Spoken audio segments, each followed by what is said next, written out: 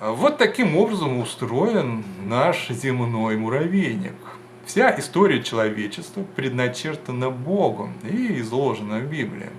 Однако в шестой день цивилизации распада будет нанесен сокрушительный удар. Его символизирует нерукотворный камень, слетающий с горы. Ты видел его, доколе камень не оторвался от горы без содействия рук, ударил в истукана в железные и глиняные ноги его и разбил их. Тогда все вместе раздробилось. Железо, глина, медь, серебро и золото сделались как прах на летних гумнах, и ветер унес их, и следа не осталось от них. А камень, разбивший истукана, сделался великою горою и наполнил всю землю. Данным камнем является полноценная евхаристическая жертва. Нам сейчас в первую очередь необходимо восстановить священнодействие по чину Мельхиседека. В наших храмах сейчас этого не происходит. И евхаристическая жертва сейчас приносится только внешним образом, без внутреннего понимания. Мельхиседек – это царь земного мира, это внутренний духовный человек, способный всю Вселенную собрать в своем уме в целое, и этот целостный плод духовного познания высших ангельских сил, плод, сотканный из фундаментальных энергий бытия, вот в таком формате он и возносится на престол Бога. Вот в чем заключается служение Мельхиседека. И Господь принимает только такие жертвы. И когда мы созреем до необходимого данного целостного масштаба, мы тем самым поднимемся на Сионскую Святую Гору. Это гора познания сокровенных тайн Божьих, гора познания премудрости, Царства Вечности. Также Сион есть храм Святого Мироздания, место обиталища Бога, в который Он неожиданно войдет в шестой день.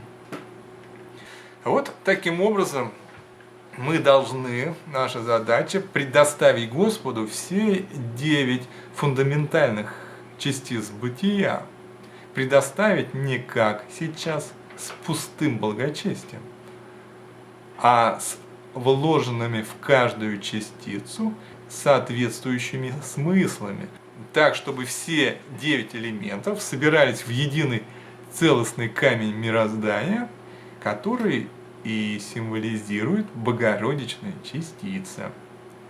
Господь ждет, когда мы Ему предоставим полноценную, осмысленную жертву, предоставим весь проект творения целиком. Все сферы человеческого бытия должны быть собраны в золотую главу целостной Вселенной, собраны не по земному образу, а по небесному, по той системе, что изначально спроектировал Творец, а спроектировал он богочеловеческое царство. Небесный Иерусалим символически представляет собой куб. Поэтому и евхаристический агнец имеет кубическую форму.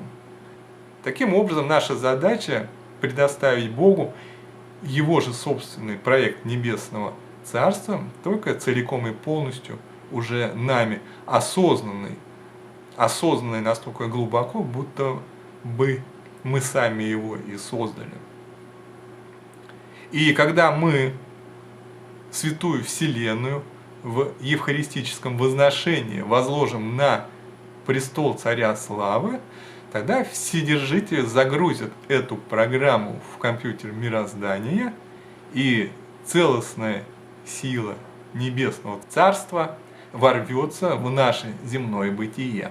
И вот тогда и оторвется без содействия рук тот самый камень от Святой горы, который стремительно обрушится на существующую цивилизацию распада, цивилизацию Вавилонской блудницы. Вот так все должно быть. То есть вот такая была задача православной цивилизации во все времена до наступления синодального периода. И сейчас наша церковь, по сути, она сама и генерирует бардак на нашей планете. В первую очередь виноваты священники, потому что Господь поставил над Вселенной человека и отдал земной мир нам в управление. И сам Господь управляет нашим земным бытием исключительно через человека, через священников. И если церковь не предоставляет Богу осмысленные проекты по изменению мира, если церковь не ориентируется в этом хозяйстве, если вся церковь молится только формально, без понимания, каким образом устроен мир и каким он должен быть, и как Бог вносит коррективы, то получается обыкновенный культ карга, несмотря на все эти распрекрасные внешние облачения. И Господь не принимает такую жертву. Мир земной находится в состоянии мерзости запустения, потому что церковь целые столетия на престол Бога возлагает пустоту.